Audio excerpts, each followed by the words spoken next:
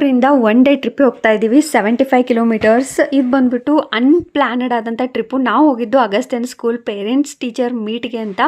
ಅಲ್ಲಿಂದ ಸಡನ್ನಾಗಿ ಪ್ಲ್ಯಾನ್ ಆಗಿ ನಾವು ಹೊರಟಿದ್ದು ಚುಂಚಿ ಫಾಲ್ಸು ಮತ್ತು ಸಂಗಮ ಮೇಕೆದಾಟು ನೋಡೋಣ ಅಂತ ಹೊರಟ್ವಿ. ಇದು ಟೋಟಲಿ ಅನ್‌ಪ್ಲ್ಯಾನ್ಡ್ ಆದಂಥ ಒಂದು ಟ್ರಿಪ್ಪು.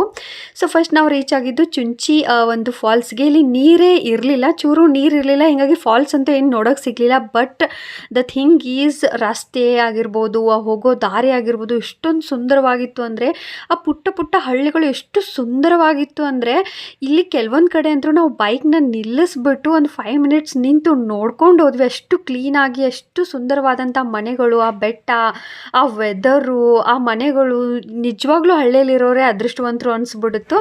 ಅದಾದಮೇಲೆ ನಾವು ಹೋಗಿದ್ದು ಸಂಗಮಕ್ಕೆ. ರೀಚ್ ಆದ ತಕ್ಷಣವೇ ಮೊದಲು ತುಂಬಾ ಹಸಿವಾಗ್ಬಿಟ್ಟಿತ್ತು. ಹೀಗಾಗಿ ಅಲ್ಲೇ ಒಂದು ಹೋಟೆಲ್ ಇತ್ತು, ಮಯೂರ ಅಂತ ಹೇಳ್ಬಿಟ್ಟು, ಅಲ್ಲಿ ಅದೊಂದೇ ಇತ್ತು.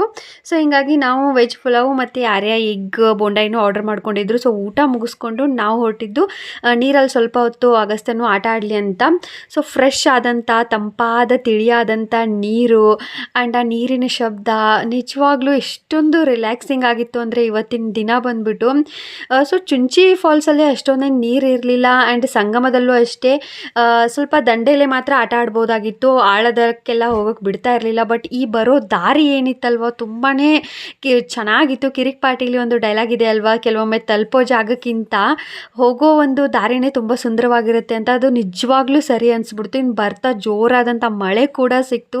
ಸೊ ಟೋಟಲಿ ಇವತ್ತೊಂದು ಸುಂದರವಾದ ದಿನ ಮಳೇಲಿ ನೆನ್ಕೊಂಡು ಮನೆಗೆ ಬಂದಮೇಲೆ ಕಾಫಿ ಜೊತೆ ಪಕೋಡ ತಿಂದ್ವಿ. Thank you for watching.